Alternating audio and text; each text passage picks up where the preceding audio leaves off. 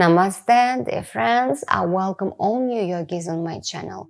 I'm Lisa Grail, and I'm very glad that the blog is growing and such technology as Kundalini Yoga is spreading because it works and deserves increased attention, despite the discrediting of the person of the main teacher, Yogi Bhajan. By the way, many people ask me how I feel about this scandal and what he, as they said, done. I always answer that I didn't hold a candle and I can't say whether it was an incident or not. And even if it was, I can no longer perceive the reality dividing it into black and white, bad and good people. I see more and more holistically. And I believe that every person has both light and dark manifestations, and everyone attracts the experience that his soul needs. But what can I say with absolute certainty that thanks to Yogi Bhajan, I discovered new life for myself, recovered from depression, normalized metabolic processes in the body, experienced what some people have been trying to comprehend for years, the experience of spiritual awakening. And that's what this video is about. Today I will touch upon the topic of neurophysiology of suffering a little and what leads us to the need to start spiritual search. And the information is based on the lectures of Russian neurophysiologist Slamat Sarsikenov, who healed the 4th stage of cancer, having experienced enlightenment. I would like to directly connect the above information with Kundalini Yoga because most of the Kriyas work with the brain, you know. There are practices on hypothalamus, pituitary gland on my channel. Please practice. And for members, by the way, join. Details in description.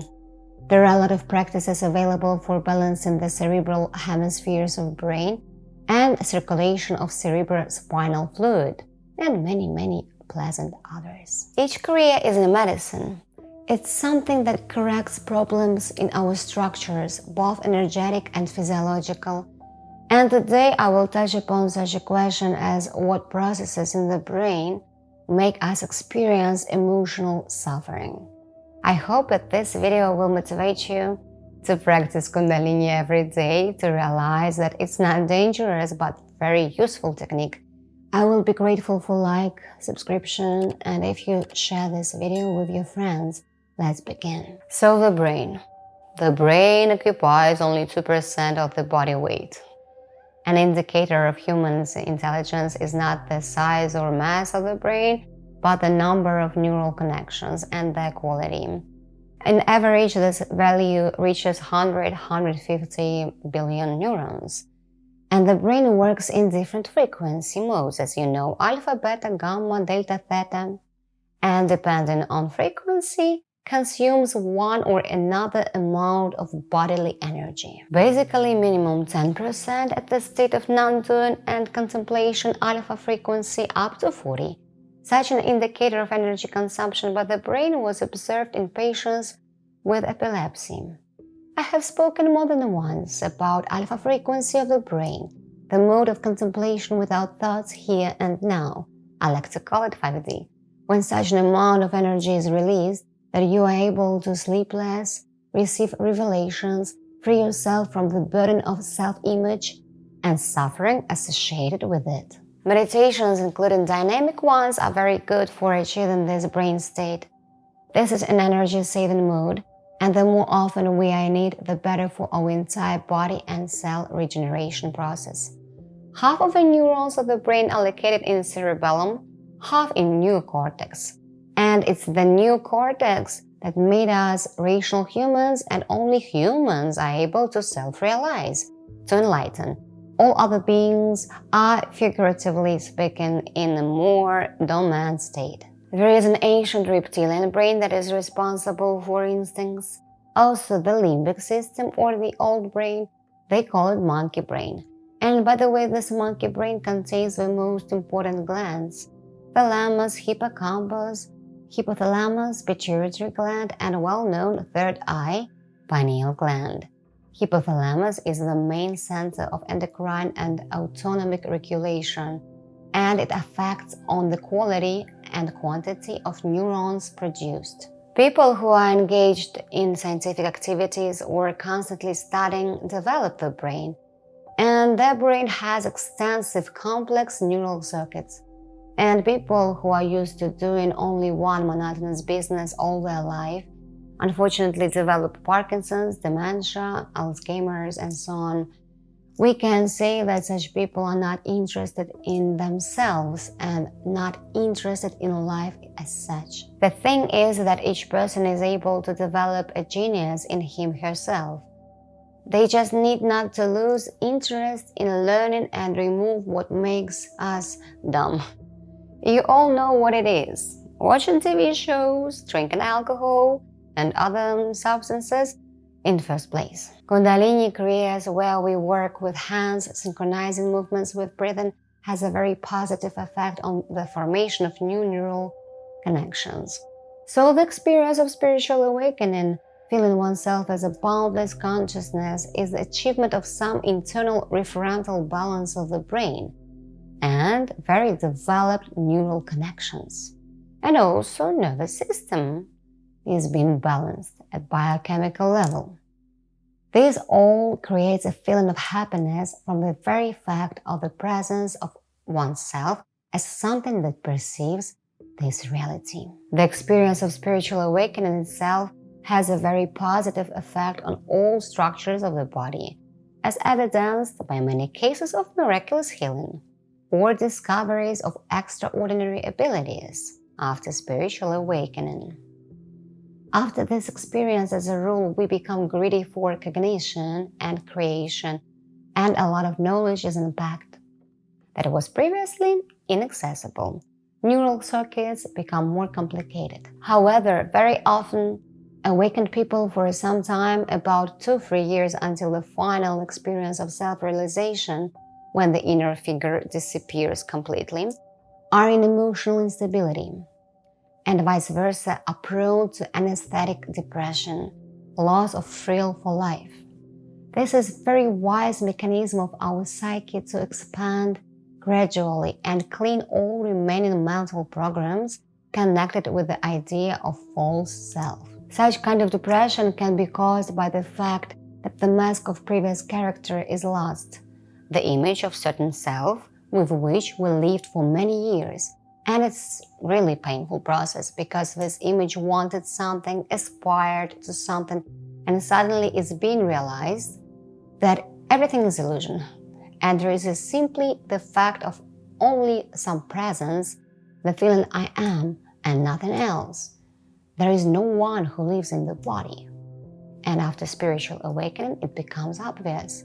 We can lose all our previous meanings. And moreover, if the experience was very deep, life is seen as a dream, which has no sense.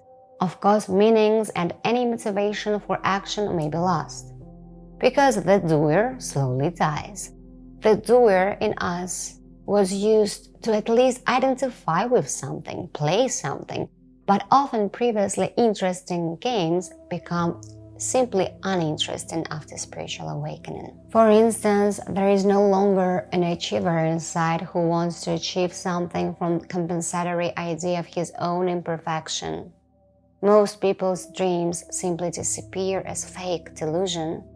For example, those connected with the idea of superiority over others, or to search love from the outside. It all comes down to the fact that we just couldn't accept ourselves unconditionally before the spiritual awakening. But after spiritual awakening, we clearly see all our mental programs, our reactions, and we gradually get rid of all fake in ourselves. Now I will explain what happens to the brain at the moments of loss of interest in life. The fact is that subjective ideas about oneself as a person have a specific biological criterion, looped stable neural circuits, where everything is clear and understandable. But suddenly something goes according to different scenario, and it takes some time to improve the quality of metabolism in neural networks and to help them grow. At the biological level, it looks like this. There are different types of brain neurons. We won't go into detail about this, But the essence of their work is that the metabolism of neurons occurs due to glial cells, as far as they are able to supply nutrients and also remove the metabolic decay products from neurons through synaptic gaps.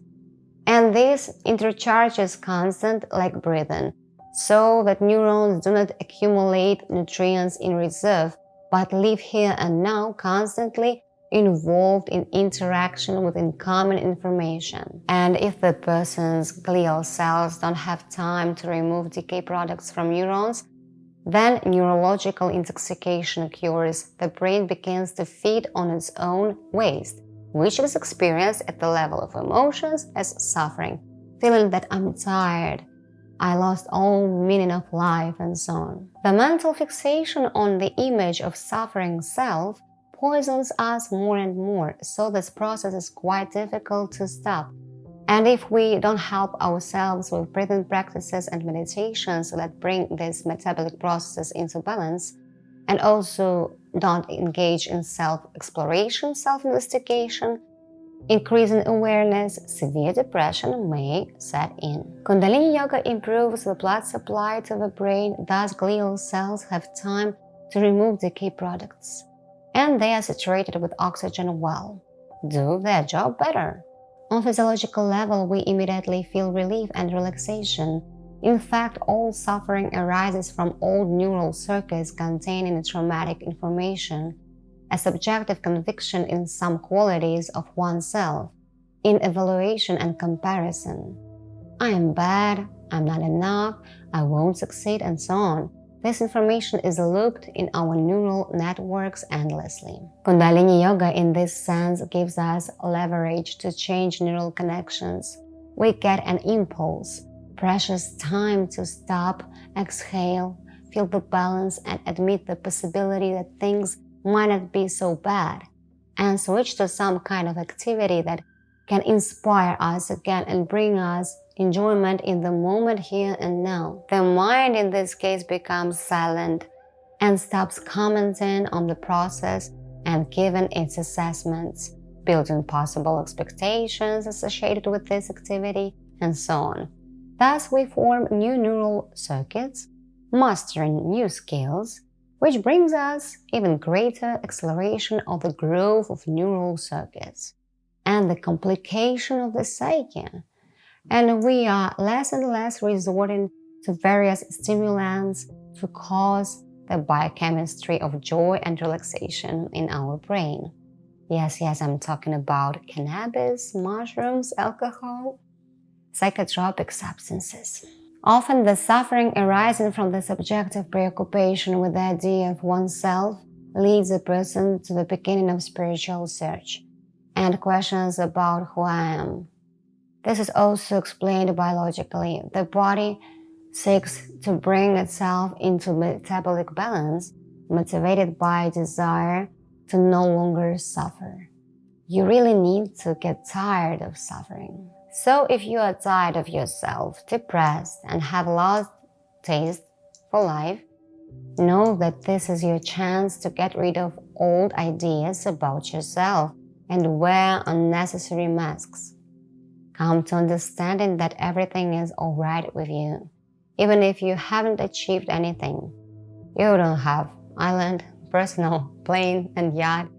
The irony is, even all the above mentioned is not a guarantee of happiness, because maintaining some kind of self-image is very energy intensive. Our life is too unpredictable and changes too fast, so it's extremely dangerous to have only one role, only one self-image. For example, brilliant football player, famous worldwide, loses his health suddenly. What he's gonna do? Of course, he will get depressed, and he will have to start his spiritual search and search himself in some other roles to continue his life. I'm convinced that our true nature is spontaneity and constant expansion, in constant change of activity in dynamics. Only then we feel alive, only then our brain constantly interacts with new information. The brain is the only organ that can develop continuously until the death of the body. Take care of it and don't stop in development. Learn new skills and professions. So we can conclude that the search of balance is very important. The supply of oxygen to the brain for the restoration of its metabolic processes is extremely important. That's why we were given practices that work with neck and spine and breathing practices. It's not all very complicated in understanding, and probably this information will help you to realize that there is a way out, there is a change of scenery and a change in the scenario of your reality. Allow yourself to learn something new, follow your interest. Start from the scratch with small steps, but every day, and enjoy the process. The desire to live just for experiencing life itself is a great gift. The main thing is not to forget about it. I also believe that the cleanliness of the body is directly related to how our brain works, which is why I offer herbal detox program Alchemy of Health with naturopathic doctor. And believe me, your condition will change for the better. I have a separate playlist where my colleague talks in detail about her service. Now, since I don't offer long marathons anymore, I encourage you to use playlists and create a daily program for yourself, at least 40 days in a row, but preferably 90 so that new neural connections are formed and strengthened. Or I can help you in compiling such a program and recommend a specific approach convenient for you for your tasks during personal consultations. Or I can reply any other questions or make Kriya with you online. You can find the description and cost of my services via tap link in description. And for today, I say goodbye to you. Next time I can share some new topic to which there will be response in the moment. Or maybe you will inspire me with your questions under this video on a particular topic. I'm always open to new information, and I wish you the same. Stay true and kind. The rest things, never mind. Sat Nam.